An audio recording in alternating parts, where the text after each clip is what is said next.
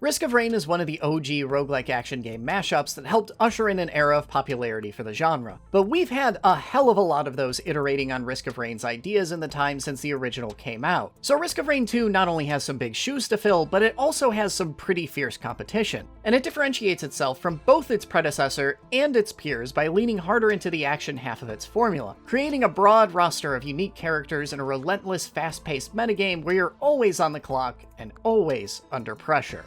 Speaking of always, I'm Alex, and this is First 5, where I ask if games are worth your time, not your money. I played a game for 5 hours, and I'm gonna tell you if those were 5 hours well spent. And today we're invading an alien planet in Risk of Rain 2.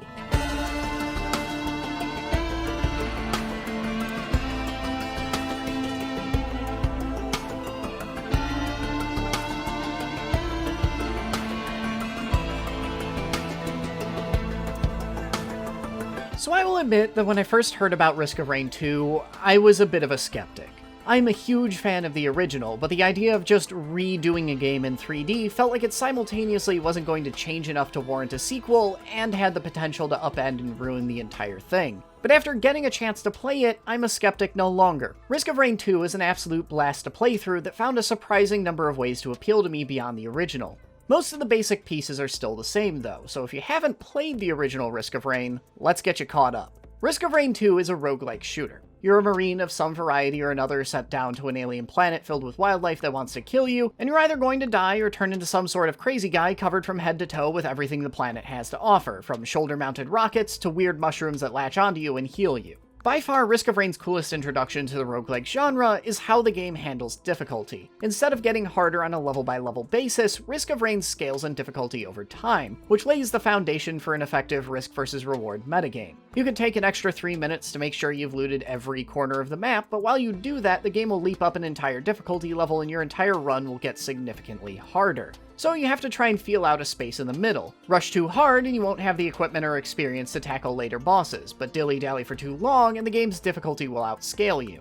This careful balancing act was constantly in the back of my head, and it's a driving force behind why the game is so entertaining. Not only can you play the game differently depending on what character you pick, but whether you try and rush through before the difficulty overwhelms you or try to build a tough enough character to weather even the most daunting challenges Risk of Rain can throw at you, each playstyle leads to very different games. This also means that Risk of Rain runs are short. Even a successful run will rarely take you longer than 45 minutes, and if you know what's good for you, you'll try to shave that number down even further. A failed run, meanwhile, won't cost you any more time than your average multiplayer match in almost any other game. All of that makes Risk of Rain 2 a near and dear game indeed, if you're like me and put a premium on time. However, it does come with one issue, which is Risk of Rain 2's Achilles heel in general: the teleporter. Every level features a teleporter you have to find and activate to make it to the next stage, and because you're on the clock, you of course want to find that teleporter ASAP. But it's dark, blends in with some maps, has no visual or audio cues telling you where it is, and has to be found somewhere in a sprawling multi-tiered 3D level without the help of a map to even tell you where you've already checked. Sometimes you just stumble into it, but I'm not exaggerating when I say that half of my runs ground to a halt as I spent 10 minutes wandering in circles around the entire map 3 times trying to find this damn teleporter, only to discover it tucked in a random corner I missed.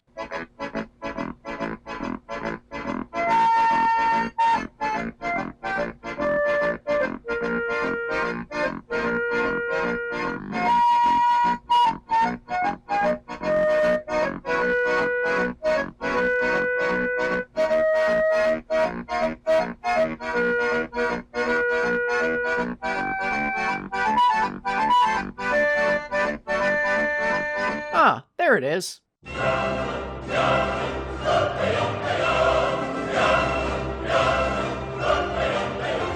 And of course, during that entire time, the difficulty continued to increase, and the game very quickly started outscaling me. It's one of the most frustrating ways I've seen a promising run come to an ignominious end across almost any roguelike I've played, and it's happened way too many times. But thankfully, this one dark spot does nothing to diminish the actual moment-to-moment gameplay in Risk of Rain 2, which is a pretty dang excellent fusion of light-action gameplay and roguelike elements, but it does show its age a little. On the roguelike side, the game's actually a little unusual. There's significantly less room to pick and choose your items and intentionally try to build in a specific direction. Instead, you'll usually end up with a little bit of everything. Because of this, most items are useful for most runs, but you'll only rarely have an individual run defined by a particular item combination you find. And in addition, it's a little difficult to get excited for individual drops because most won't really alter the game. It's only once you start accumulating items, especially multiples of the same item, that a build really starts exploding like crazy. But in the moments where a build does come together, you get to play something ridiculously cheesy that does nonsense like this. Compensating for this fact is the action half of that equation. You can play a dozen different characters all with their own playstyles, ranging from your basic run-and, gun-and, dodge-rollin' marine, to a defensive turret-based engineer, to even Spider-Man McDoomfist. All of which does a lot to make up for the lack of build diversity and intentionality in Risk of Rain's roguelike elements. These different characters are structured a bit like MOBA heroes. You get a main attack, a couple flashier attacks on a cooldown, and a movement ability. But the game still does a great job giving each character their own individual thing and their own preferred items to synergize with. They also all get some added variety with some alternate abilities you can unlock, but if I'm being entirely honest, almost every single one of them that I've unlocked has been a bit underwhelming. Take the Commando's dodge roll, for example, which can be swapped out for a dodge slide that feels functionally the same in most situations I've used it in. Looks pretty stylish though. But getting back to the moment-to-moment action, all of this is reinforced by the game's pretty relentless opposition. Especially once the difficulty starts ramping up, the game tirelessly tries to beat you down with wave after wave of enemies. Threat management doesn't even begin to describe this dynamic. Often you just have to complete your main objective while constantly harassed by other enemies and just need to learn how to survive while ignoring them. Even if you aren't racing against the clock, Risk of Rain 2 only rarely ever gives you space to breathe, and that ceaseless pressure is another big driving force behind why the game is so fun.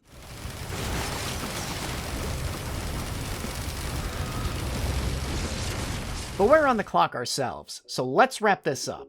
What do you get out of 5 hours with Risk of Rain 2? For me, that was just enough to see the game in its entirety and unlock a few characters to try out more playstyles, but there's still plenty left to do. The first 3 characters unlock almost instantly, so right from the get-go, you'll already have a ton of variety to play around with. You won't see everything Risk of Rain 2 has to offer by any stretch of the imagination. Even 20 or 30 hours might not be enough for you to learn every character, unlock every little piece of equipment, and find every secret. But 5 hours is still definitely enough to get a worthwhile and comprehensive experience. Risk of Rain 2 is the exact sort of game I look for on this channel, where if you really fall in love with it, it can consume a month of your life. But if you're tight on time, you can still get a fulfilling and worthwhile experience with it playing at a more casual level. Risk of Rain 2 hits pretty differently compared to its predecessor. We've gotten a hell of a lot of roguelikes in the 7 years since the first Risk of Rain, and if I'm being honest, that entire half of the game just isn't what keeps this franchise feeling relevant and entertaining like it did back then. Instead, it's the broad character list, the tight action gameplay, and yes, even the long checklist of activities already laid out for me to do that keeps me coming back. But at the end of the day, that's still enough to make Risk of Rain 2 a pretty entertaining time. It's not a must-play like its predecessor, but there's still a lot to enjoy here. Hey guys, if you like what you're seeing here, consider supporting me on Patreon.